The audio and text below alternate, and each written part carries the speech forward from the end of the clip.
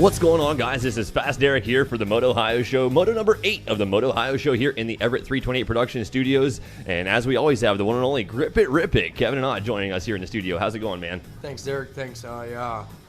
Just loving life, man. You know what we're saying? Getting the outdoors going again. Yeah, man, Moto. Moto. A lot to talk about. It's going to be a good show. Yeah, we had outdoor season openers here in Ohio, and we have a lot of things to talk about. You were spinning some laps at a local track here in Northeast Ohio, and I was traveling across the doing what you do, buddy. Yeah, I was doing what you do, crossing state lines to talk on the microphones this past weekend, and it was a lot of fun traveling to Switchback on Saturday and Route 62 on Sunday for a lot of things going on down there for wrapping up their winter series, actually. No, yeah, you look like you had a good time. You know what I'm saying? I followed a little bit of you and the wife. You know what I'm saying? Down there kicking it at Route 62, and Switchback's always a hoot. Oh, yeah. And everybody knows, you know what I'm saying? That's going down. Last race, I'm sure, was packed. I have a lot of things going on, so looking like a great time. I got to get a hold of the guys over there at Switchback. I do have some dates that I will be booking up for some outdoor races this year going over there. Yeah. Sweet, man. That's a good time because I've not got to ride the outdoor track. Neither have I.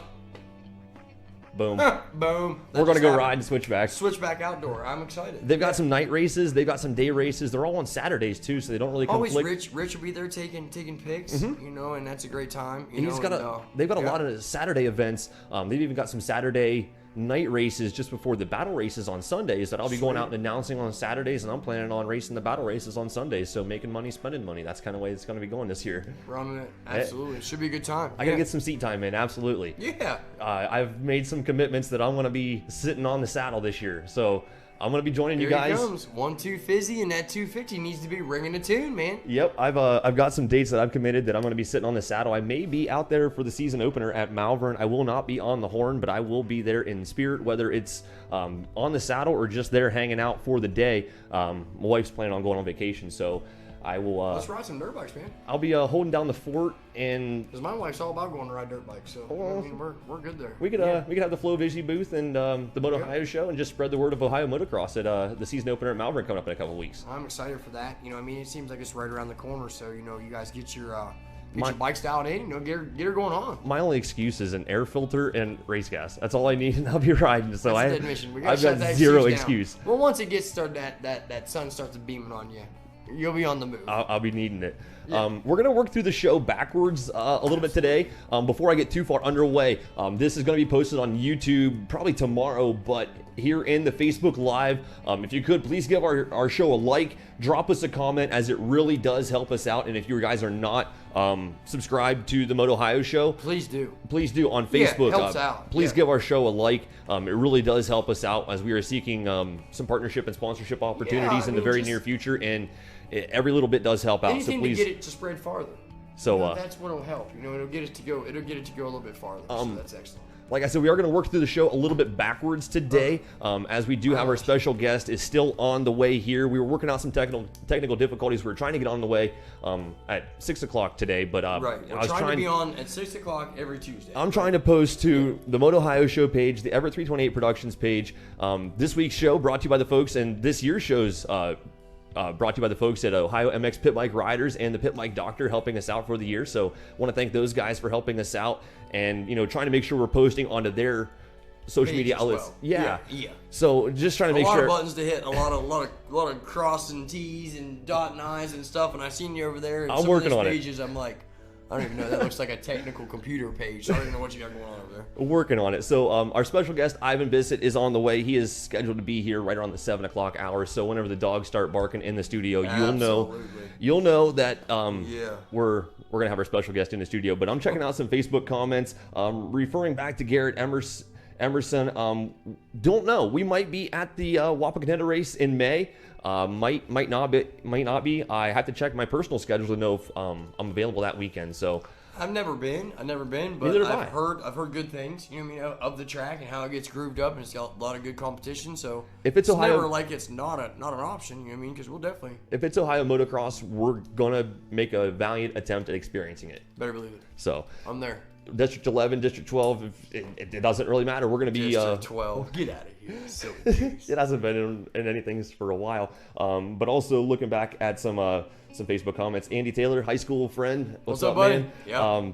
Paul Serezna. We're going to talk about that. We're going to be talking about that. So yeah, I got you, buddy. We're going to start things off this week with the 250 Supercross, the Monster Energy Supercross this past weekend. Such a good time, man. Daytona. I was so excited for this kid, man. I was so happy to see him just get out there, lead that thing, and not give up. I seen him ride locally, and he rode with as much. Same here. Yep. He rode this with the same passion this past weekend at Daytona as he did at Briarcliff just a few years ago, and we were referring to Garrett Marchbanks, the rider coming out of Colville, Utah, on that Monster Energy Pro Circuit Kawasaki. There's someone there.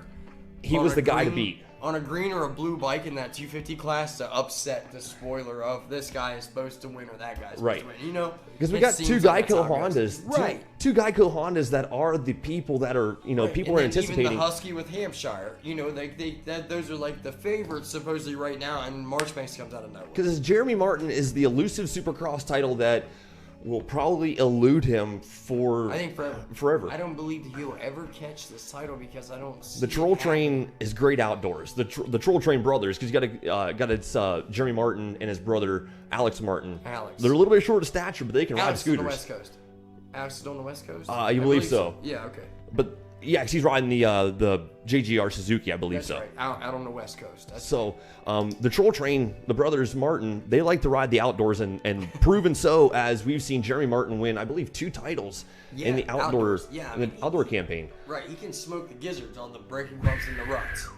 But it just seems like the timing and stuff just eludes him a little bit on the inside stuff, and it's just right out of his reach. Yeah. You know what I mean? I don't know how to say it without offending him because he's such a great rider. But it's just not there for him. No. That Supercross is just not there. And Chase Sexton, he didn't steal the championship. He earned it last year due to Austin Faulkner's mishap. He put his seat time in. Points to be in that position at the end of the year. And he's the guy this year. Mistake. I mean, you can see he gets the #1 plate. Just the interval coming across the finish line there. 2 seconds only separates Garrett Marchbanks and Chase Sexton. That was the whole race. 15 plus 1. They were there. I was so pumped for that young man. Dude, and that was awesome. Shout out Pierce Brown. He had a terrible showing last weekend. Yeah, top 10 this weekend. Well, I can't say he had a terrible showing last weekend because he finished second or third place in his heat race at Atlanta last weekend. Okay. But in the main event, I don't know if it was a first turn accident or he had some crazy mishaps. He was way buried in the field. Yeah. So great to see Pierce Brown turn around and come outside just outside the top 5. And I'm kind of I know he was being a little rough there at a race or so, but I'm an RJ Hampshire fan. Oh yeah. I watch him at Reddit's, you know what I'm saying? And I just I like it. He's kind of going for it. He's kind of a dick, but kind of not, and kind of I don't know. But we have he's those trying riders to get himself going, and this is the best he's rode ever. Well, being consistent wise, being up there. Usually, there's that one controversial rider in every season. Correct. In every group, 250 East, 250 West, and the 450 class. Your 250 West controversial rider. Ferrandis and this and that, and a few other riders there, so I just suppose that's how it is. I can't wait till the shootouts, man. This is going to be awesome. Dude, they're going to be sweet. I got to rewind back to the heat race in the 250, I believe it was the heat race number 2, 250 heat race 2 down there at Daytona. Okay. My rider, Nick Gaines. Yeah, his bike was tripping, flipping down through the whoops, dude. That was such a violent crash. I was so upset because I didn't know who it was at first. But it didn't matter. It wasn't ugly. That was disgusting. That was a terrible crash. Nick Gaines, the rider coming out of I believe Ringgold, Georgia. I'm not sure, but I know he did the Tri-State stuff with you. He did do the Tri-State series. I was like, damn. I was like, that's Derek's dude right there. It was really hard for me to see that number 68 Yamaha 3D Yamaha. Dude, he piled him up. He stacked him up with him. If you're gonna collected them. Going out, I'm taking him out. He made them count. Yeah, but he stacked up 4 or 5. I was like, wow, there he goes. But that was hilarious. Joe Shimoda backing up results last weekend with the number 7 result this weekend. Enzo Joey, man, I watched him with the the Supercross Future stuff and the Monster Energy Cup. Enzo Lopes, Club MX Yamaha rider with a number 8 finishing position, just ahead of the factory Husqvarna rider. We've got privateer efforts finishing ahead of factory riders. We've got Cedric Superross finishing inside the top 10, so great result for him coming over here and racing some Supercross races. No, yeah. Got to give a shout out to I mean, a few of the Justin Rodbell, right there. Yes. We seen Rodbell race the second Summit race, and he got wadded up in that pro main. He got wadded up in my open A. I was right behind him. Kid kind of cross jumped a little bit, and he rode right off the track. You know? That was we're here. That was March 7th. We raced at Daytona. Okay. That was February what? 22nd? 2 weeks ago. 2 weeks beforehand. Dude, he hit his hip so hard on top of that jump. So hard. Dude, and like flail doggied him. You know, he was just flying through the air. I was right behind him. I was right there, dude. I was watching all day. I'm like, oh my god. It was a huge yard sale. So when I seen him in the qualifying position on Daytona, I started on the Facebook. Ashley's literally like, honey, are you answering and asking your own questions on your comments? I'm like, I'm just got excited, babe. So, I was really happy for him, man. That was an awesome ride. You know, for all the people that are supposed to make it, for my guy to make it right here that I'm kicking with in the Summit pits. You know what I mean? I got so many guys down there, and I'm thinking, you know, I got Brock Pappy, you know, I got Jeremy Hand, I got this, I got that. Justin Rodbell makes it. Yep. Get the heck out of here. Tough break. Bell Rod. Let me check out some 250 LCQ results, because that's where we know a lot of riders from around here and some of the series. They were just out of it, man. Jeremy rode a great race. Kevin Moran's, we've seen him race at Chilitown on the Custom Power Sports Kawasaki's making the transition to the KTM machine this year. He finished in the number 5 position, one spot outside of the transfer. Right outside. Cody Van Buskirk, I seen him race down at Pikeville, Kentucky for rounds 1 and 2 of the Tri-State Series. He was shredding with top 3, top 5 results on the weekend. He was a big arena cross guy when the kicker and stuff like that. I watched him a few times, so that's awesome. Finishing in 7th, Jeremy Hand, Manaway, Ohio rider, just outside. There, man. It's just he's a big outdoor guy. I think when he gets back on the 450, I really like him. What's on that crazy is Bobby Piazza, Tri-State Arena Cross racer that finished, inside the top 5 consistently every time he lined up. Finished in 8th in the LCQ. Travis Sewell, he was the top 3, he was the guy for Tri-State Arena Cross. He'd win. And if it wasn't Travis Sewell, it was the guy behind him, Hunter Sales. Yeah, the deeper the whoops, the better he did. That was it too. And if his little buddy Sales right there got a start on him, then he would win. It was amazing to watching him 2 race. But look at Luke Neese there down there in 11th place at LCQ. Like I was just talking about him last week. It's just about like these guys are so close in times, I believe, and doing so much of the same thing in their fitness and stuff.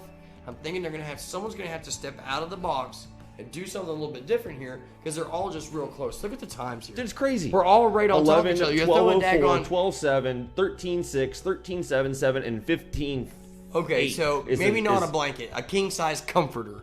Cover them all. You know what I mean? They're so close. It's someone's still got to step out of that box and just bike across the finish line for 5 positions. Extra little bit of drive, and then they will be able to. We've seen multiple of these riders make it to the main events. Correct. Yes. What's going on Facebook? No, I just said how's the leg. Someone asking how's the leg, but Jude Rubik, nasty get off. That was at in Tampa.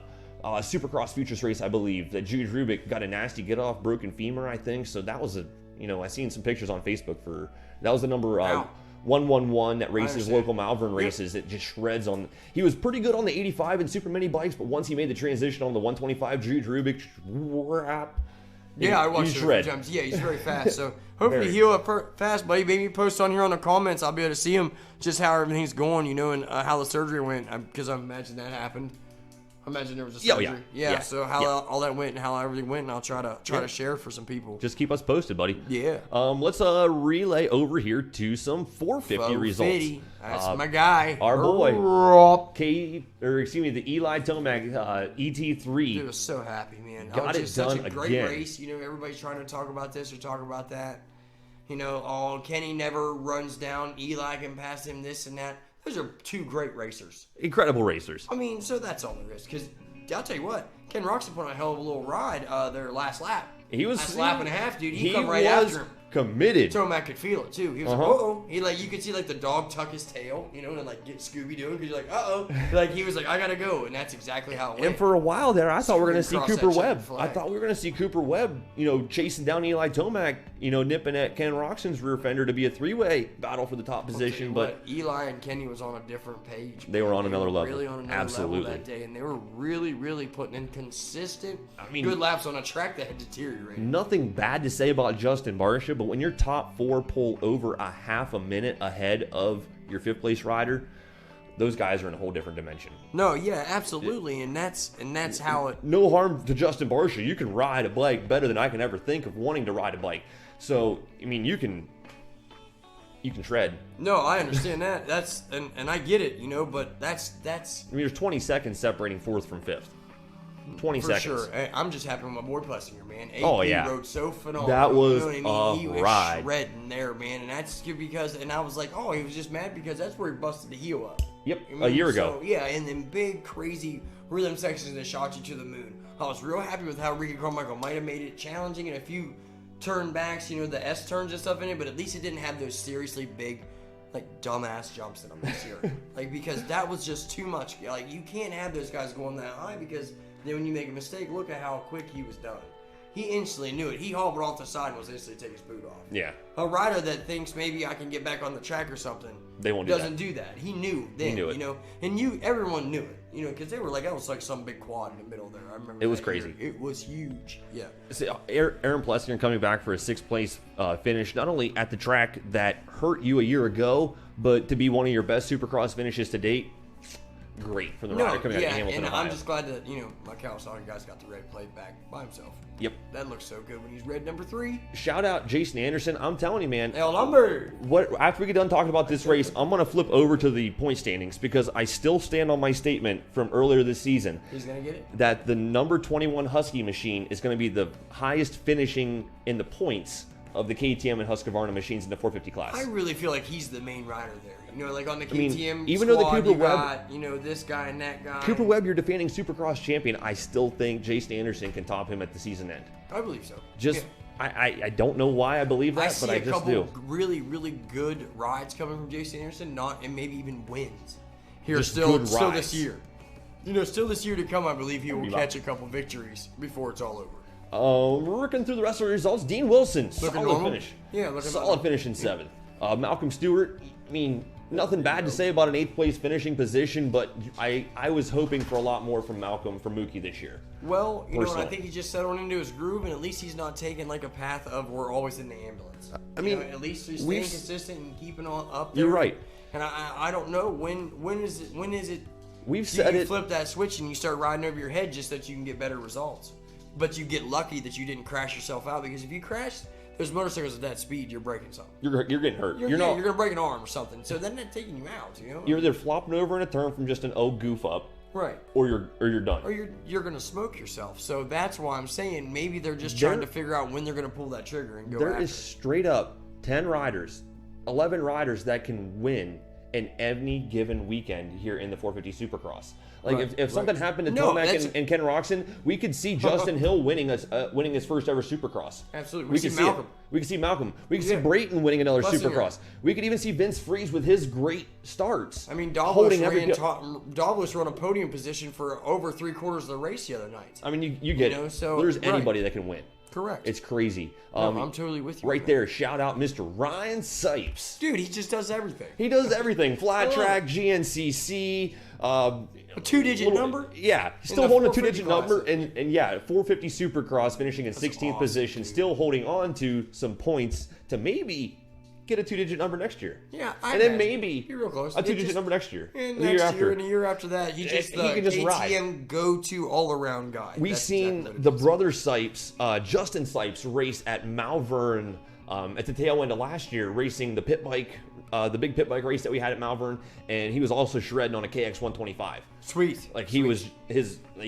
the Sipes brothers, they can ride. You can look up some I remember that day. You can look up That some was- YouTube he videos was flying on that of the little bike. Sipes brothers just shredding in the woods. It's awesome watching those guys ride Such regardless. a great race at Daytona this past weekend. Right there, Daniel Herline, a rider coming out of Bethesda, Ohio. It says Wheeling, West Virginia now, but I know where he really came from. Right. Finishing in the number 20 position, getting some points. That's point spending position. That's one. Dan DeMan finally Get gets in some there. points this year. Got to. So finishing ahead beating of. out Tyler Bowers is not a bad deal. I mean, Tebow had to go down because he only got 7 laps. Okay. And then Blake so, yeah, Baggett had to, same Something bad happened deal. with Baggett too, I remember. We could Yeah, see Baggett winning a race again. Of course. Yeah, because he's got that speed and that You silly, see his weird- compound in Florida? It's amazing. The El Chupacabra compound? Yeah, Oh. it's a beast, dude. It's Building- like the Stewart compound, pretty much. I mean, it's just the same. Dude. They got Building the gates mountains and in this. Florida. It's just They got them guys living the life. They're living life. I got a pretty sweet MotOHIO show and stuff like that, but those guys are living. They're doing it. Yeah. I would love to go down there and ride. So just to touch base here, I mean, not to take away from Supercross, but we got a couple things going on here. So we got Jude Rubik say it's healing. So obviously, you know, he's not too super pumped, you know what I mean, but he's getting a little bit better. You know, and Matt Johnson talking about someone at Daytona, did real good at Daytona. Luke Fowler took a number 1 position. That's it. That was another Pennsylvania thing that rider. Good. Yeah, on his birthday, winning the 10 to 12 junior mini class. The number 313. I forget who shared that. But it was on the Daytona Supercross page on Instagram, and they had it on their page. And Luke Fowler, hats off to you, buddy. You're doing a great job. I forget who that rider was who shared that today. But yeah, it was a local rider getting another great finish down there at Daytona. I believe he took a number 1 plate in an 85cc class on a blacked out KTM. The name, I can't remember either. No, it's just coming away from me right now. Yeah. Anything else going on here? No, hats off. What's up, Jack? You know what I mean? How you doing, buddy? Moto. You know what I mean? Got that Moto magazine out there, trying to keep Ohio motocross great. You know, in that district series, and like I down said, there with Scott Plessinger and East Fork to guys. The points. And I'm telling you, the points are great. They're tight, but they're great. It's tight. Okay, so I'm a little bit out. I'm a little bit out. Jason Anderson, he is 27 points behind Cooper Webb for that white-orange highest finishing points position that I've got my wager on the Husky machine getting up there. I get it. Eli Tomac, 226, Ken Roxon, 223, Cooper Webb, 197, Justin Barsha, 195, and Jason Anderson rounds out your top 5 in points with 170 points. So there is... And Mookie doing what he's supposed to, man. He's right there in 6th place in the points. We got 50. And we're talking about how he's not getting the finishes, this and that. And look at him. He's right in the hunt pretty much for a top 5 overall finish in the most elite 450 class I've seen in a while. Elite. Exactly. Say that with me, guys. Elite. Oh, sorry. 25 days, Chillytown, the Red Atlanta qualifier. I'll be there. Dude, it's going to be sweet. I will be there. Man, I never raced Chillytown, but I'm going that day. I think there's practice, right, on Thursday before? Friday before. Somebody tell me. There's going to be practice. I know before. Practice is on Friday. I'm shredding it. Stock day is Saturday. Yeah. Mod day that's Sunday. What I am. I'm stock day. I run pump gas. Shit, I'm definitely stock. I'll be happy if I have a new tire. All right. I am going to put a pin in that for the 450 Supercross. Looking down here at our time, it is 10 till 7, so Ivan's scheduled to arrival right somewhere around that 7 o'clock hour. Let me check my phone to see if he's no message from him yet, so hopefully we'll see Mr. Bissett showing up here in just a couple moments. We'll see. He's got some footage he wants to share with us and show you guys that are watching his show with us, so we'll have something different to look at other than just these two ugly mugs here for just a little bit. Yeah. I don't know about no ugly mug. Oh, sorry. Hey! This past weekend, you were at Beans. I was at Beans, man. How was that, man? Okay, so I struggled with it because Saturday, 11 a.m., I'm watching my Bubby Boy basketball. Real quick, I believe there was a couple great places here in Ohio that was open this past weekend for outdoors. Greer's, and you were at Beans. So I was at Beans. So that was the big notable ones. Yeah, we're touching... I would say, and I believe Bear Creek was open, but I heard it was kind of a mud fest. You know what I'm saying? They really didn't try to do any prep there. And Beans, they went all out. BJ really did put on a phenomenal show. It looked like Greer's had done a really great time as well, like from what I could see. But getting back to Beans, BJ at Beans, early in the morning, a little sloppy, you know what I mean? But around, I'd say, 12:30, almost 1:45, he brought the dozer out. He pushed some stuff off the track.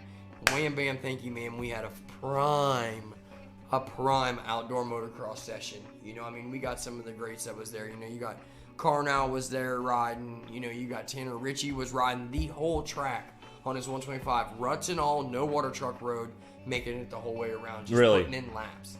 And right on his tail, or just following along him, Scotty the Hurricane Hanud, man. Just putting in full laps and making it happen.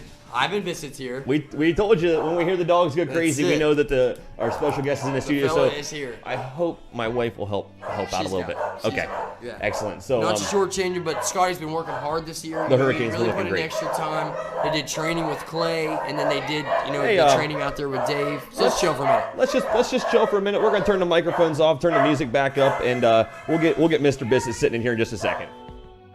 We're coming back here in the studio, turning the music back down, turning the microphones back up. Mr. Ivan Bissett has made it into the Everett 328 production studios for the OMPR Moto number 8 of the MotOHIO show. But we were talking about Beans. We're talking about Beans. So Beans Bike Park. So Mr. Hurricane. Yeah, not to shortchange the Hurricane Hunu, you know what I mean? Because he had the Driven MX training at Ram Jam Saturday. Out there Sunday, working hard in them ruts, you know, with Dave Bernard, dude. I know I counted at least 6 or 7 laps steady. He was putting in the time in. 65, dude. It was deep for my 450. So for him to be doing that, you know, I'm awesome. I'm happy. Lap. So I mean, like Beans, I was clicking bean lap off. Then I got tired. I'm old. I've been just first ride outdoors. Then Russ just take a whole different mental beam on you, you know. So then I just started riding a cool circle. Yeah. Doing my jumps, and that was a lot of fun. Hey, there's Mr. Ivan Bissett joining us in this. Mr. Ivan Bissett. All right. Go ahead and pull your microphone up to you, and you're gonna. Nope. Yep, you're gonna talk into the face of it, just like that. It took us about a season and a half to figure out which way to talk into these microphones, and it makes the audio quality sound so much better once you figure the hardware out. We were talking about Beans Bike Park on Sunday. We know that Greer's was open because that's where a lot of riders were. That was open Sunday as well. Do you know anything about Greer's this past weekend? Yeah. I was kind of bummed I wasn't able to go because we had the Pit Bike Bash, of course. Yeah, I know some of my buddies went. I know Kyle Hughes, James Justice, I think, was out there. I did see Justice out there. We're fans of James. I'm a big James Justice fan. Yeah, great rider. Yeah, he is. A great rider on and off the track. You know what I'm saying? Got a great Do you know how the track was? Was it muddy? Was it pretty primo? Or it was first ride of the year because it's going to be a little bit soft. You're expecting that. Yeah, I only saw a couple photos. Yeah, the footage I seen looked pretty good. Awesome. I mean, it held up pretty decent. So, you know, as for that, you know, good job Ohio motocross track owners, you know, for trying to put something together, you know, so early in the season and getting us all just to get them cobwebs, you know what I'm saying, knock a little rust off. Dude, that was amazing, dude. It felt so great, even just hitting the step up and stuff. Just doing some jumps outdoors, it was just, it made it feel a lot better. Matt Jocelyn, awesome. This commercial break brought to you in part by Busch Light, Moto Photo, and some loud fur babies. He's such a dork. He's so funny. No, that's so perfect. But I read that, I was like, well, he ain't joking, you know, but more Mountain Dew, you know, the Busch Light. But yeah, I get it, bud. It's fur babies. Yep. Mr. Bissett, you and I were down at Ivan Bissett, the backflip king. Yeah. Speaking of, 62. You got a flash drive in your pocket by chance? I think we got a computer over here with a hard drive. Okay. Has it got a yeah, we'll figure out a way to get you. We'll figure out a way to get it. Figure out a way to get it on the screen. Throw it on there, like you can edit. I'm sure you can do something. Yeah, I think I got a way. Does it got an HDMI port? Yeah. It's actually I don't know. We'll figure something out. We'll figure out a way to get this showing to you. Mr. Bissett's got some pretty extreme footage from last year. Either we'll show the footage on the screen of something else, or we'll figure something out. You say you got a hard drive there? All right. Yeah. Might have a cable. What kind of ends it got on it? What's it take? USB? I got a USB place I can stick that right now. Right there. Right there's a open dingle dongle. Ready to go. Just that sounds terrible. You should just not speak while you find the cord. All right. The dingle dongle later too. It's like yes. Okay. Damn, that's awesome. That's like a serious memory card. That's a super one of these guys over here. It's a big memory card. Back to what we were talking about. This past weekend, we were at Route 62 on Sunday, but I want to put a pin in that. I was at Switchback MX the previous night for the final round of the Switchback Indoor Winter Series. And that was a great time. I mean, the weather was a little bit chilly during the day. You had your Flow Vision tent outside. I had the Flow Vision tent. The MotOHIO show was set up. We weren't there early. Jordan Beeling and I went out there, you know, just to hustle some merch a little bit early. Didn't get there early enough to set up inside, and honestly, kind of happy I didn't, because it was a little bit. Was browsing around outside, weren't they? Everybody was browsing around outside. We had a ton of traffic past the booth, so we made some pretty good sales. Beeling had some fun going out there and just watching a race, because Beeling usually goes out and races and never gets a chance to just hang out and be a spectator. So shout out to Beeling for going out there. It was an hour and 45 minutes or something like that to get out the Switchback. It is. Butler, Pennsylvania's a haul, dude. I'll be making quite a few more trips out there this year, because I'm going to do some night races and some day races. Like, you got to get, you know, that's the spirit of motocross. That's what I love about it. Is it kind of adventures you around and takes you a couple different places.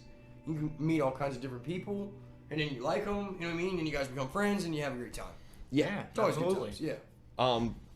This past weekend, you and I, though, real quick, wrapping up with Switchback before I get too carried away, there were quite a few riders that were out there looking pretty impressive. We seen Doak looking incredible. Alexander Doak looking incredible. Zooming. Yeah. 50 correct. I mean, probably doing jumps on the 50. The rider out of Mogadore, Ohio, just pretty much makes everybody else look silly. We've seen some other riders here from Northeast Ohio making the trip out there. Shout out Colin Schaefer, Canton, Ohio-based rider making the trip out there. We've seen the rider out of Sherrodsville, Ohio, the Chaos Racing Cobra. I forget. Justin Harris. Boy. Yep. Yeah, Justin. Yep, we've seen him out there, and a ton of other riders. Mike Barr, I mean, yeah. Landon Yunker, though. On the 65. Yeah, on the 65. See, that's the thing. Yamaha. That's where I'm seeing Scotty Hurricane and him at the end of the season ended up them two making each other. That's going to be a race. Yes. That's going to be a race. The rider coming out of Ashtabula, Ohio, went down there to race the final switchback race. He's been killing that YZ65. Yeah, he pretty much made every other 65cc rider look foolish. That's good. That's the start. That's when you make it to the Redders and get like 25th. Shout out to Bobby Martinkovich.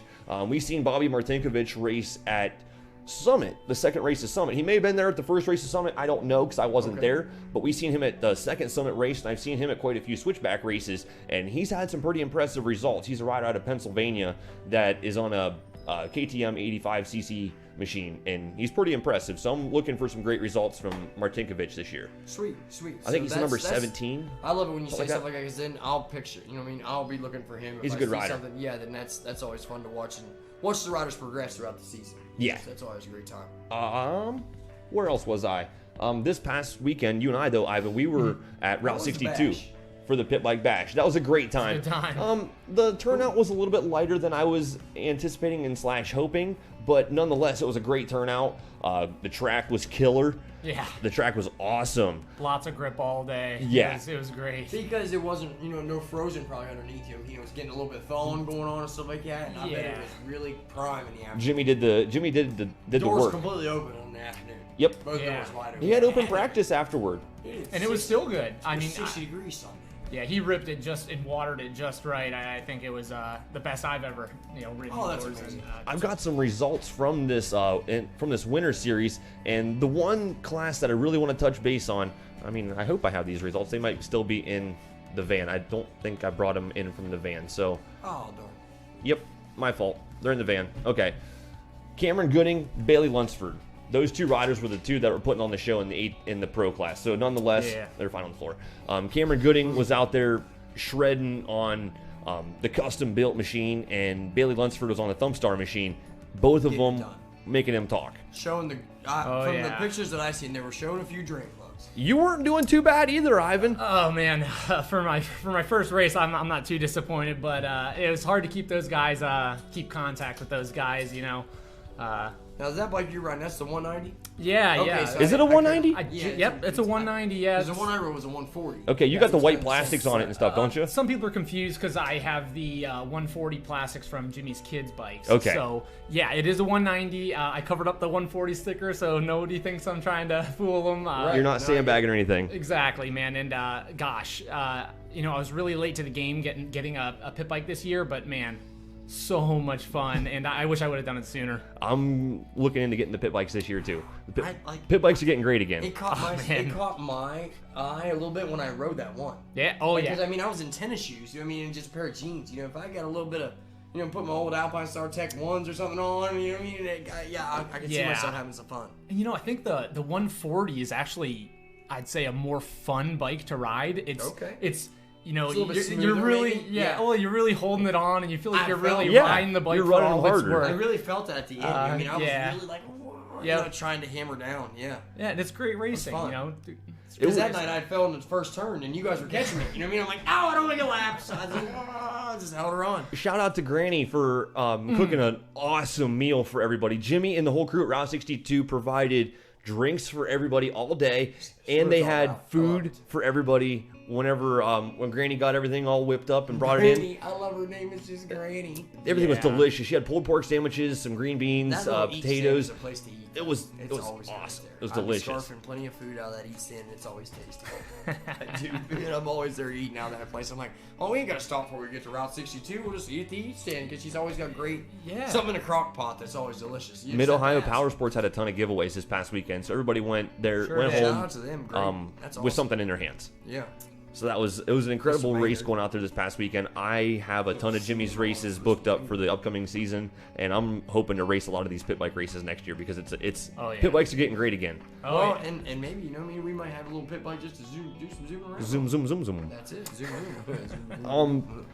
I'll give me a little 110. People better watch out, dude. I'm gonna stride that thing around out there. Hey man, there'll be a class in the outdoors. So yeah, that's gonna be great. I want to race some outdoor pit bikes because that's gonna be a lot of fun. If I would have had a 110 at Summit, I could have done some of those jumps and landed smooth because I'm not that heavy, and I could have just got my rhythm going, I think. Hey, Ivan, if you don't mind, I'm going to have you sneak behind us and over here on the laptop, if you can bring up some of your videos that we're going to be talking about here in just a few moments. And I'm going to give us this week's commercial break brought to you by the folks at Ohio MX Pit Bike Riders.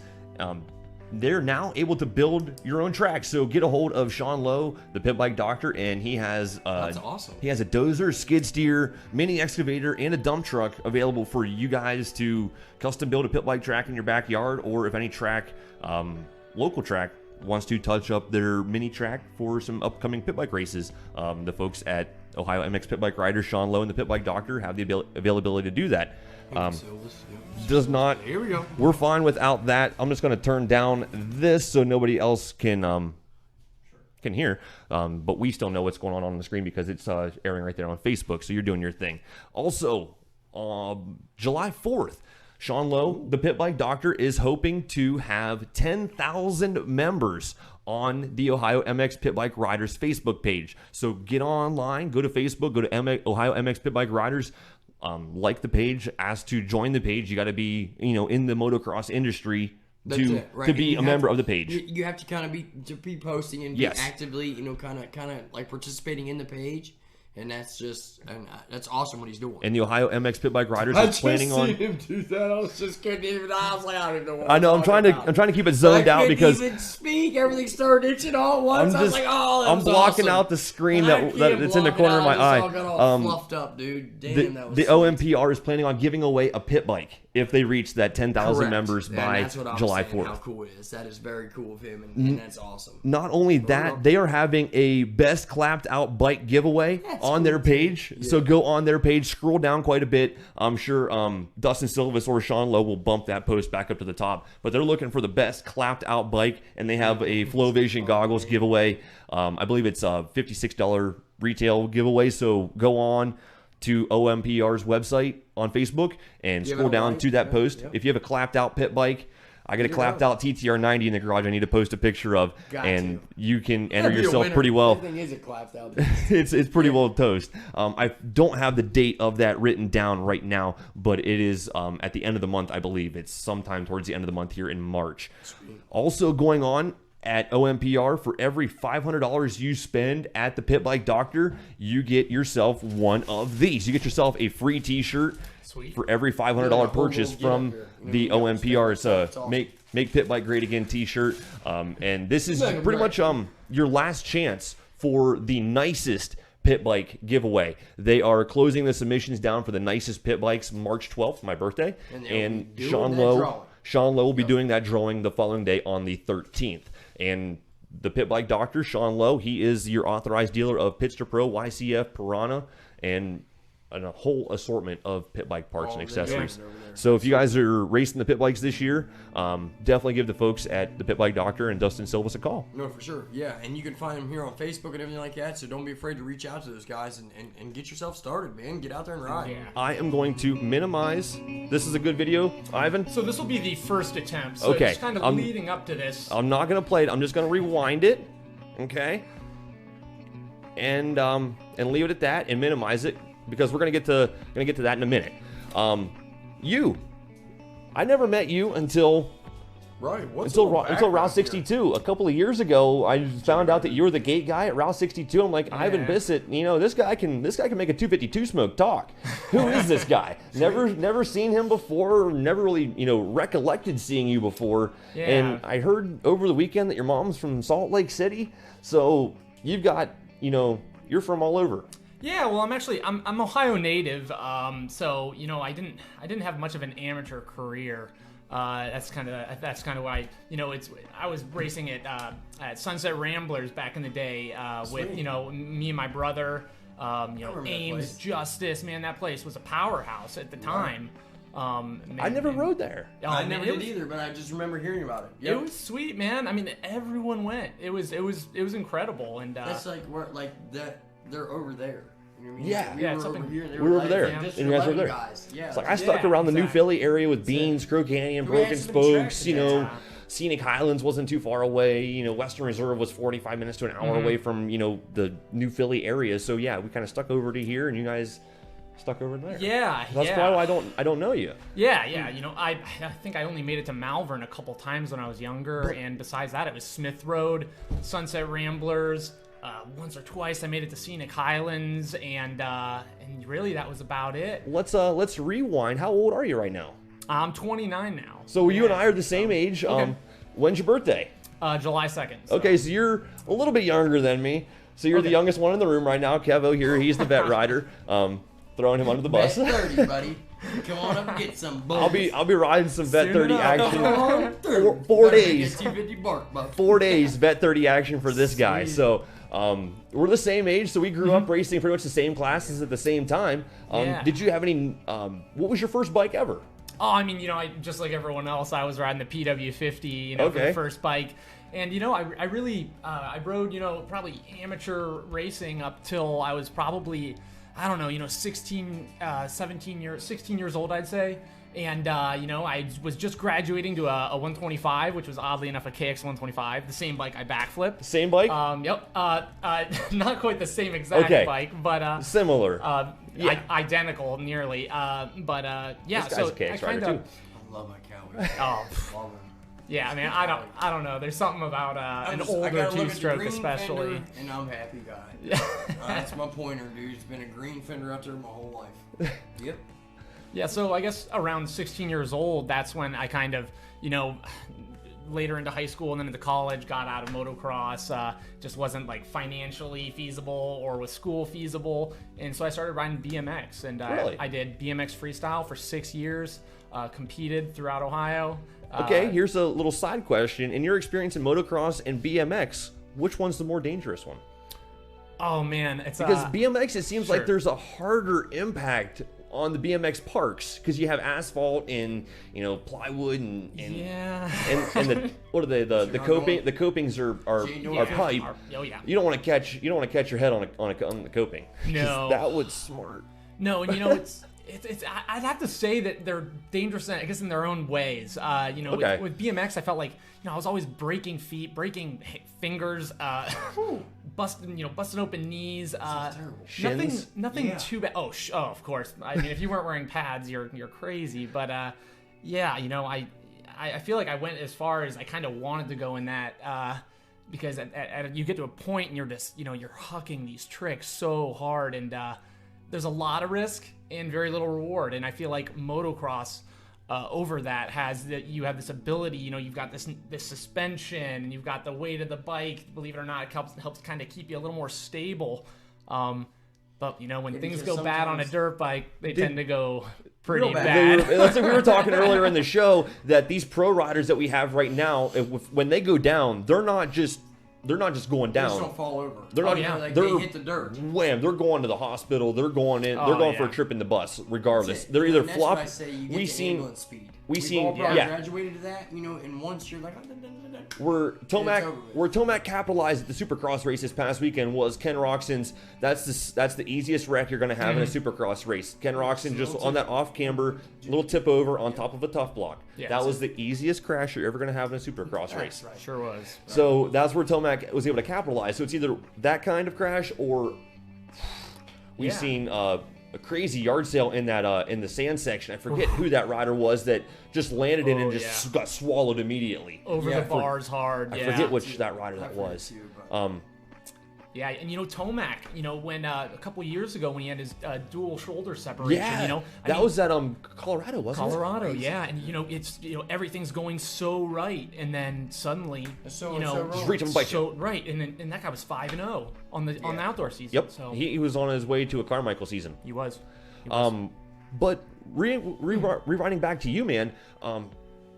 Did the motocross, or did you have any, tricks in your bag before you made the quit on motocross and the switch into BMX, or were you just strictly racing, and then once you made the switch into BMX, you started to do tricks? It was honestly, it was kind of tricks before. Okay. When I think I was 12 or something. On my KX 65, I did a heel clicker over our tabletop. That's pretty brave. Yeah, so I mean, and it was one of those. Listening, I'm like, that's sweet. It's one of those things where you think it's so hard until you just kind of throw your legs up there a couple times and get close, and then you do it.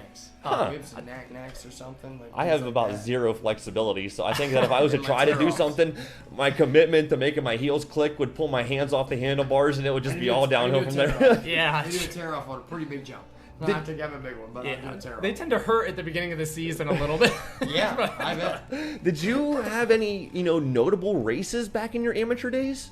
Oh man! Like, did you ever go to regionals or anything like that, or ever make the attempt at it? Man, we never attempted a regional. I had a couple good fair races where I couldn't name off any names, but I had a big win at Croton on my 65 when I was younger.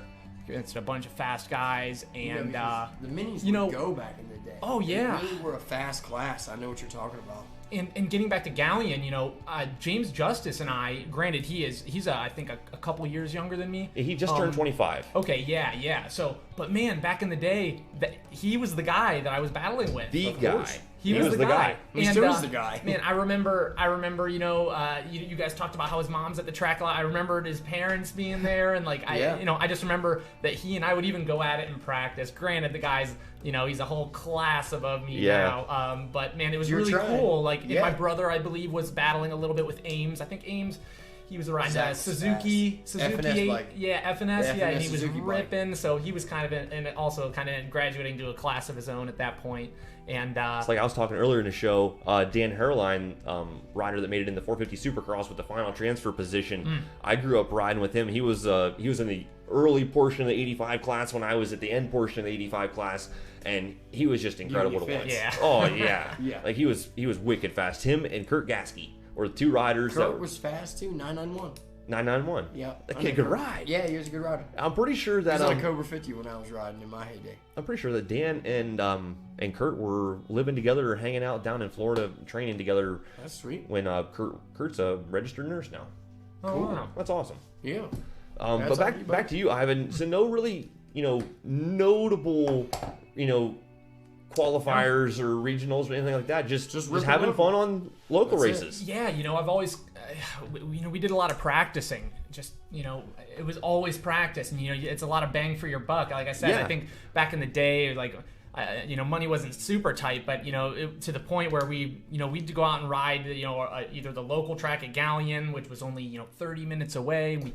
It was just the logistics of it were kind of tough for my brother and I. And a couple times we made it up to Western Reserve, Sandusky Valley Riders. Got to throw some props out to them. It was an awesome track then, and it is again now. It is great track now. I'm actually booked up to go to quite a few SVR races this year. That'd be fun. Yeah, because they got on the OMA schedule. So they are on the OMA schedule. They are there as well. Yeah. So it's awesome to have an SVR and Route 62. I'm glad. Oh, yeah. Where are you from? I'm happy with a couple different tracks. I was born in Bedford, and so northeast Ohio. Yeah, so that's when I was riding Malvern and some of the Summit Indoors and stuff like that when I was younger. But once around when I was 10, we moved down to Central Ohio, and that's when I started riding whenever I was 11 years old. So that's why you and I never crossed paths in our amateur days. So that makes a whole lot of sense. Yeah, and it was a real bummer, I loved motocross, and even when I was riding BMX, there's just something that BMX lacks. Yeah, BMX, I'd say, is a little more creative.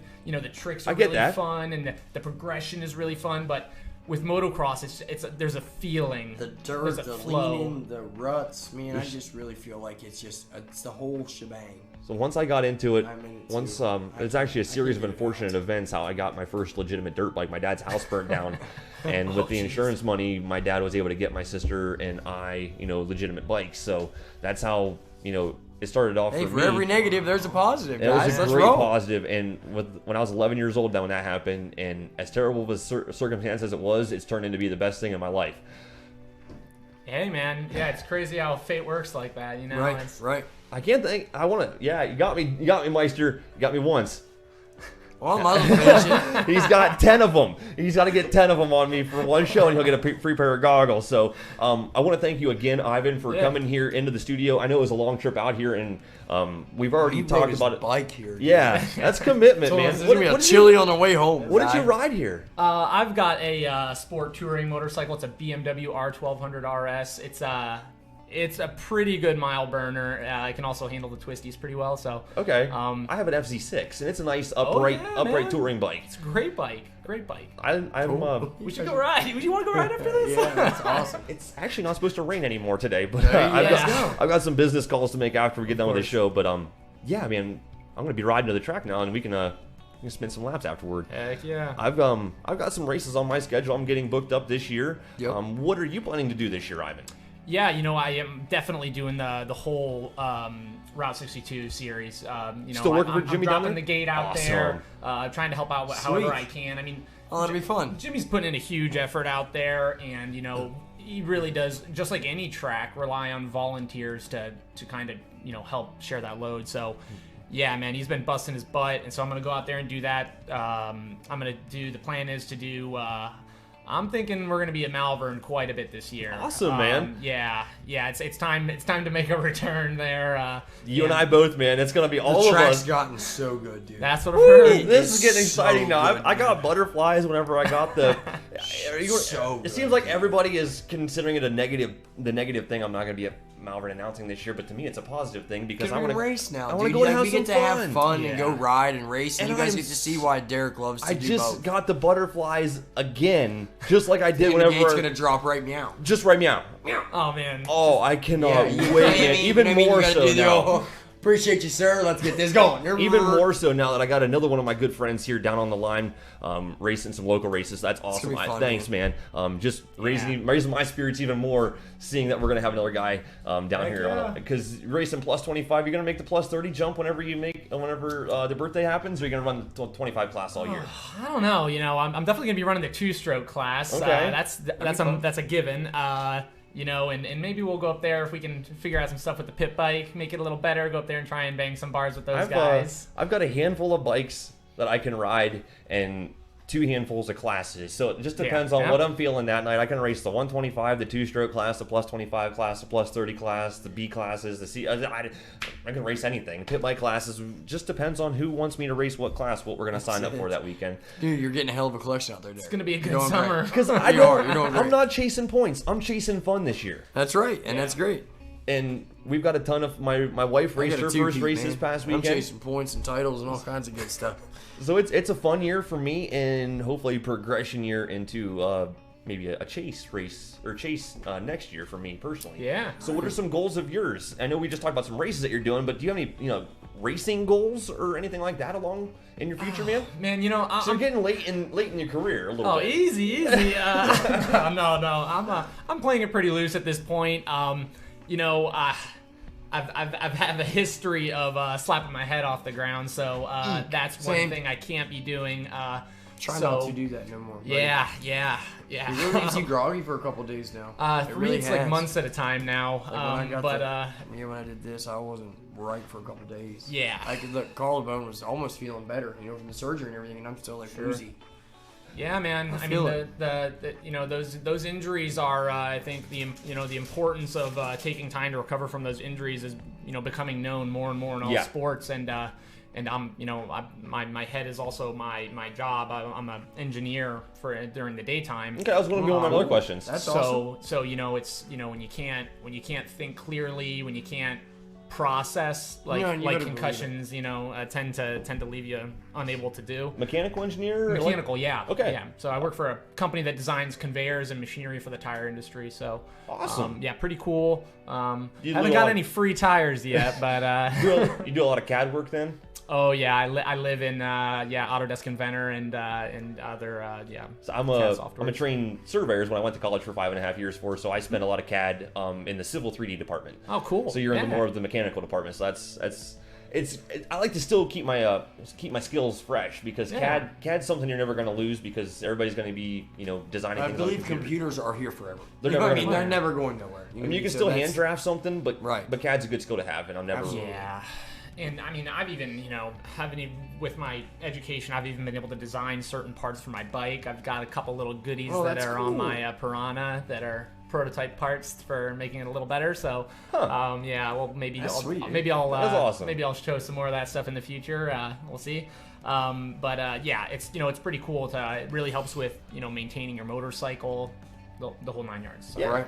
I'm going to flip over here. We've got some special things that we want to show you. Mr. Bissett himself, he's a crazy guy, to say the least. He likes to have fun on two wheels, regardless whether it's a little two-wheeled machine or a big two-wheeled machine. I'm going to bring bring the display capture up here so you guys can see it here in the studio. I'm ready. I'm excited. See if I can. I'm excited. I still get butterflies. Watching there it is. We're trying to get over here, and I'm watching, and I was like, all right. It's up here on the screen for you guys. It might be a little bit small, but you're going to see this little green KX125 right here. This is Mr. Ivan Bissett. So we're going to... First attempt. Yeah, this does not end super well. There have been a lot of talk about this. Oh man, you need to. You mean for as bad as it could have been? So that was 2 or maybe 3 broken ribs on the first attempt. Was this before anybody ever got there? So is this just you, Jimmy, and a couple other guys watching this? So there's a little backstory to this. Yeah. So we had talked about it all summer, making this jump and making this happen, and at the end we decided to wait till the end of the season. So if I got hurt, which I knew I was gonna, right there, just so easy. Don't kill him.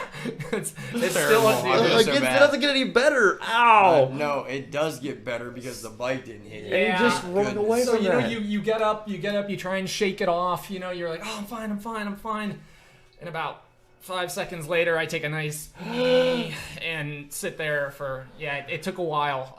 It happens. The adrenaline has you going. The adrenaline has really kept me going through on a lot of things, so I get it. So do you have all these files brought up that I can just, zip through them? Or? If you go to the next file up, that'll be the one that I actually lands. So I sat there on the knee for a while. A couple minutes later, I was like, okay, we're going to try this again. And that was what happened. So a lot slower up to the ramp. And a lot more juice whenever you hit it. A lot of throttle. Because we were talking about as soon as you got to the bottom of the face, wasn't it? A rider that we jerking hard.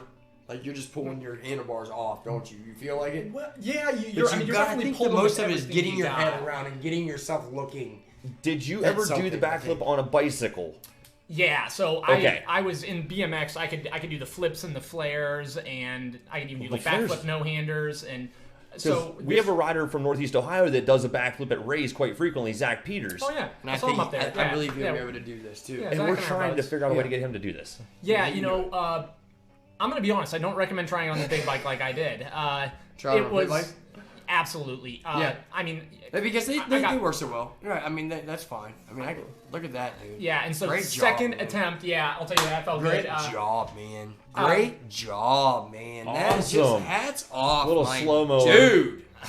I mean, for real, buddy. That's what I think. I think it's getting your head and getting yourself something to look at. What I want to do is add something big and orange out there, like in front of me, so I can try and get my head fixed on it. So I start trying to look forward. Now, what happened to the fender? So I look myself away. That first attempt, front fender kind of that bike got a little beat up that first attempt. Dude, that's flawless. So that's flawless right there. You did that perfect. You landed on both wheels even at the same time. Just took right off. That's with broken ribs. That's 5 minutes or 5 or 10 minutes later. We decided attempt 2. We're like, okay, we're gonna try this again because if I don't try it now, I'm not coming back and doing this again. And once I heal up, I'm not just gonna come back and break myself again. Right. So it was like, okay, I'm hurt. Let's do it. So you've never done it ever since then? This is there we go. Let's hear this backstory.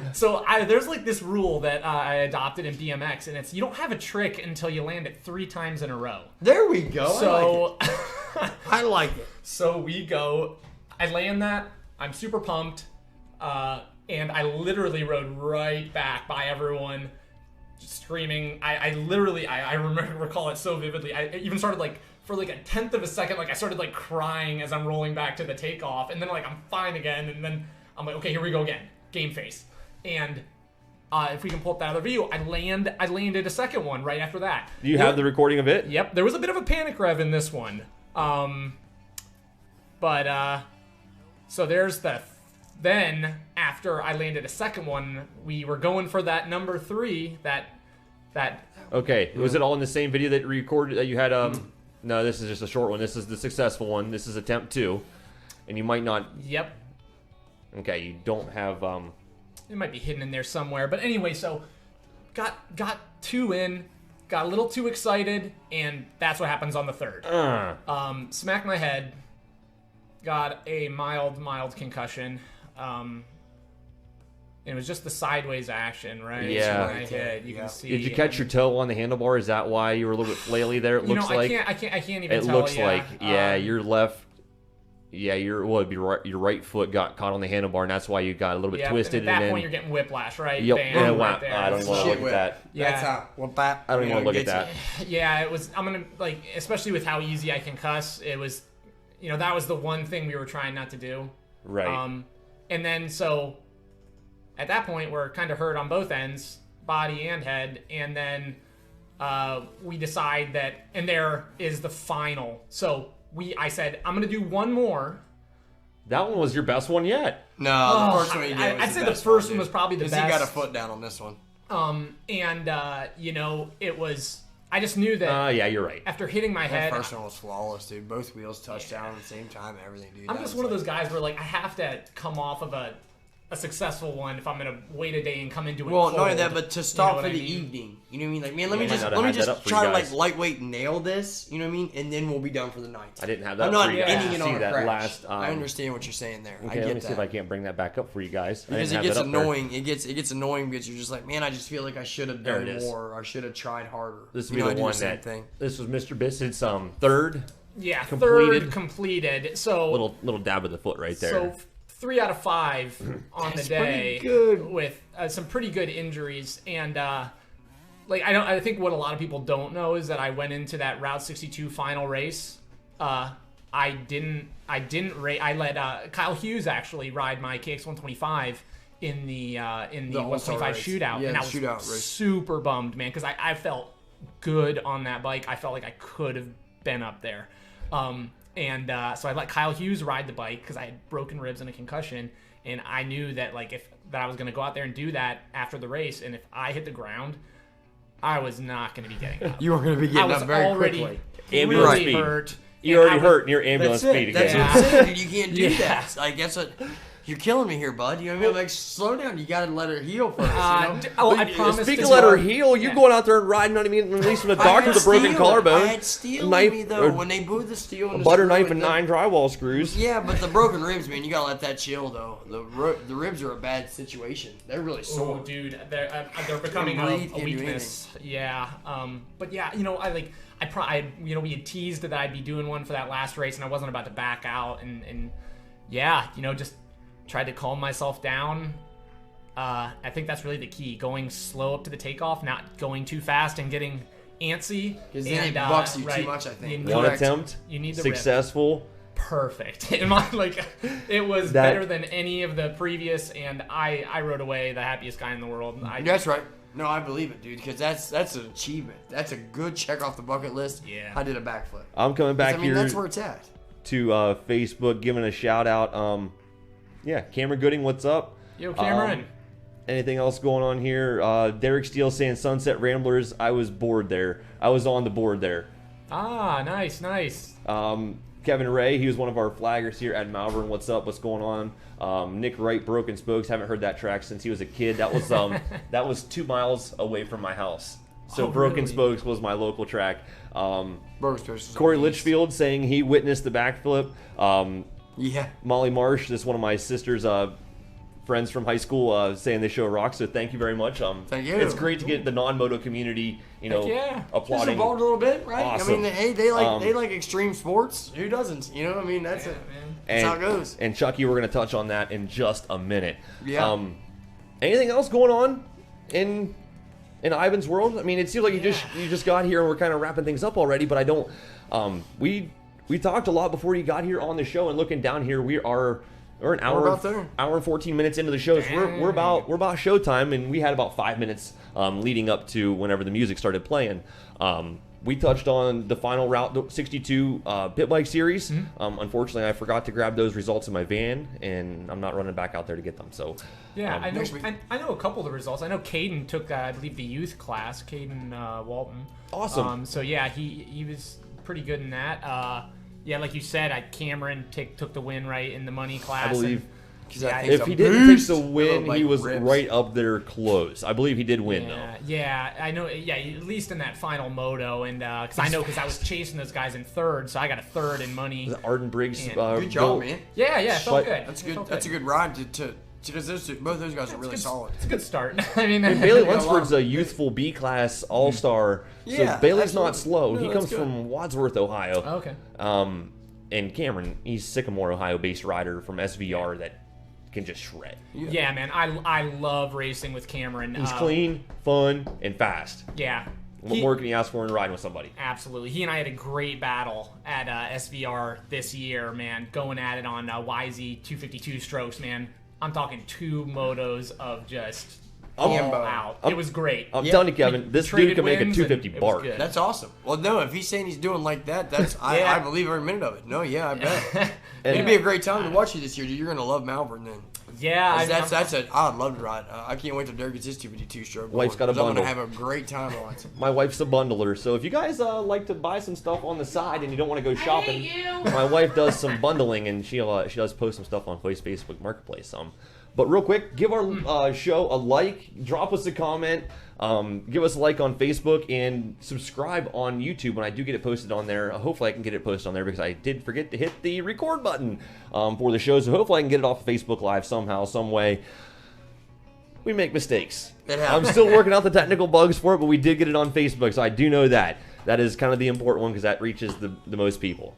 Kind of touch base like how you said, you know what I'm saying, where you started, you know, that's what we got, like our younger riders, so we're talking about Scotty, Junker, you know, even my nephews, you know, Rhett, Reed, you know, just that's what it's, you know, getting those guys and reliving that through those little dudes. Yeah. You know, because, we make the bike scream and stuff like that, but whenever I see a 65 do a jump or a 50 come out of a corner, you know what I'm saying, ride a wheelie or something, it makes me even happier. You know what I mean? I get more excited to go to the line with Rhett. Because, I mean, he just got his KX65 now. Yeah. Oh, dude, he's going to be shred. Yeah, they're going to watch him in that 50 class. Is he going to be on the green bikes for the near future? I don't know. I will put him where he needs to be to make it the best he can have. Okay. You know, like I will look around for him and see who wants to help him out the most, but I don't care where he goes because they're all so competitive now. Looking here. You know, the 60s and stuff. They're all just so close in them mini classes, so I'm not worried about where he's at, just as long as he's having fun and doing what he loves to do. That's all. I've hit on just about everything that I needed to hit on for this week's show. But looking here in the future, I do have one upcoming guest scheduled, and we will release his name in the next week's show. Yep. Don't have anybody scheduled for next week's show, but you never know who's going to be sitting in that seat over there. Do have a couple of things scheduled in the near future. March 22nd is the Route 62 Winter Series Banquet. So is that just for the youth riders, or is that for youth and pit bike? It's for the youth, right? Because they gave the pit bike championship away this past weekend. Yeah, so there's a trail bike class. Go ahead and let those dogs out, honey, because they're whimpering too much. Yeah, so that's just going to be the youth, and and then it's on to the outdoors, right? Awesome. Yes, it is. We do have our one featured studio guest coming in on March 24th. The dog's going crazy here in the studio, just sniffing you down there, Ivan. Trying to see if we can't get them dogs to go outside. But other upcoming races in the near future, there is a pit bike race scheduled March 28th up there at Ram Jam. Malvern season opener, the OMA season opener, is set on March 29th. Yeah. So the outdoor season is just around the corner. It's here. It's here. Yeah. Yep. 62. And you got a couple of guys going to Mud Streak this weekend for the qualifiers. Oh yeah. Yes, we do. That's this weekend. So hats off to those guys. Good stuff out there. I think a few guys that was at Beans, you know what I mean? Like, I watched the Perez and the boy go around at Beans and stuff, and they look like they're ready for the ruts. Hey, Ivan, would you mind in that backpack right underneath that laptop sleeve? I have a black. Easy now. Easy. I can just grab it off you. Quit it. Oh, Reba, okay. You're quite okay. Everyone's teasing those outdoor photos right now. 62 just posted that clean jump face, man, getting us all. Boy, and I'll tell you what, it didn't stay that way very long because it beans, like the ruts were so deep it was foot peg deep on their faces, the jumps. Gnarly. But BJ was out there with the dozer real quick and would fix us up. Sure. So that was like, he worked with us, because that place was packed. Yep, Malvern honey. Malvern season Finally, opener. She tuned in. at the end of the month, March 29th. Oh yeah, we're in there. We've got that. And we got some qualifiers coming up in Malvern. First weekend in April. Yeah. Looking here at my personal schedule, I've got all sorts of crazy dates on this. Dude, I'm excited. On this, Chilitown, Loretta Lynn area qualifier. Oh, yeah. Practice day Friday. Doing it? Qualifiers on Saturday and Sunday. I personally will be at the Tri-State banquet for the Winter Series, the Tri-State Arena Cross Series for the 2020 season. That's going to be at I-64MX on April 11th. Happy Easter on April 12th. And Route 62 season opener for the Outdoor Series is going to be on April 19th. And as I believe the second OMA race for the season. So make sure you have these dates on your calendars at home. And I'll be hitting the road at the end of April for Georgia. So, cool. Right, I got a couple races booked up down at Lazy River MX in Georgia. There is a 2-day event, 25th and 26th at the end of April, that I'm just going down. I guess they get like 1,000 riders for their weekend. It's a serious racetrack. You get some really live action competition. That's just for the race, not even the qualifier. Right. They have their qualifier the next week or 2 weeks away after that down there at Lazy River MX, and I will be down there at that one as well. So, SVR's first race is May 3rd. Oh yeah. I've never been there either. I'm excited to go there and check that out too. Great dirt, great track. I do want to put a pin in this. This might be a once in a lifetime opportunity for you, Kevin. They are having a 3-round Eastern Racing Off-Road Championship. It's the E-Rock. You may have heard people say E-Rock Series. Yeah. They're having a Moto X Country Series. It's a 3-round series. They have a race at Crow Canyon. Okay. It's like a 45-minute plus a lap style race. Sweet. Dead engine start, motocross track with some woods connecting some motocross sections. It's not much. It seems like it's wide. Like the woods that they had before was awesome. It looked like. They're starting at Crow is the season opener. The season closer is at Malvern. Right. The second one is the one you guys have to add to your schedules. I believe it's on September 13th, perhaps. Green Valley Golf Course. Shut down. Really? Before they develop Green Valley Golf Course, they are racing a Moto X Country race on the golf course. That's every guy's dream, man. It's every guy's dream to launch down the fairways on a full-size bike and then just keep ripping on the fairways. So every motocross rider's dream has came true. I believe September 23rd or September 13th. Yes, September 13th. Nice. Moto X Country at Green Valley. That is just outside of New Philadelphia, Ohio. I'll touch base with you and we'll get the bugs worked out. But right by Crow Canyon, right? That'd be a good time to jump from bunker to hill, or something. Like, I'll just be out there figuring out stuff. I ain't even be racing. I'm just going to be doing all We got the dogs joining us back here in the studio, but dogs. That's something you can't miss for sure. Right. Yeah, that's a once in a lifetime opportunity for me, and we did it, man. We're going to make it happen. Yeah. Anything else you guys want to touch on before we wrap things up here for Moto number 8? Thanks, Ivan, for coming in. Thanks, I really do thank you for coming in. Making the trip down here. Oops, sorry, I'm out of the way. Yeah, where do you live exactly? Down in Knox County. So I'm about 25 minutes north of 62. So that's why I'm just kind of always there. Mount Vernon area. Yeah, Mount Vernon, Fredericktown, just right That's why by you there. catch me always at Mount Vernon.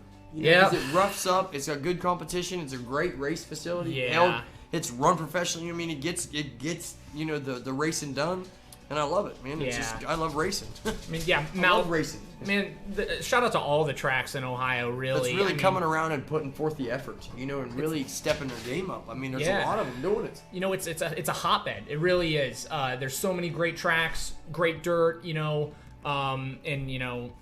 It's really good. 62, Jimmy's kind of the new guy to the block, I'd say, but he's got some potential. I see a battle race coming there soon. You'll have battle races soon there. He's got a ton of parking. I'm thinking I see new tracks. I see it going to a 5-race series. You watch, because it's just pro-am races and it's great for everyone. I see it going to a 5-race series, bringing Briarcliff maybe back in. That'd be sweet. Them in 62 with the 3 that they already got this year. Briarcliff's still in there. It isn't. 3 rounds this year. It's Chilitown, Malvern, Malvern, Briarcliff. Yep. TV Land, I mean. Because they had a battle race. TV Land, that'd be away northeast, and you could have a... Dude, the battle race that was up there last time was going. There's Gibbs in there. Everyone was there. It was fast. What about East Fork? A battle. I think that'd be pretty good to have. That track is far early. Southwest Ohio, just to get a couple different guys. Northeast Ohio, that'd be pretty good. You get TV Land and East Fork, that'd be getting all Ohio battle racers ready. Yeah. I appreciate it, man. Man, I'm excited. I love I'm so excited for motocross in the 2020 season. We could talk all night about it. I know we could. That's really all that I've got. We've got some more great things. Next week's show, for sure. We have not forgot about it. I have not thrown the paper away. We are going to touch base on the flags. Mr. Jordan B. Link, can you spell that for us? Yeah, next week we're going to finally get on that on the flags topic because I don't have any races to recap on from this upcoming weekend. So that is going to make next week's show fairly light, and that'll make us a great time to talk about flags. So sweet.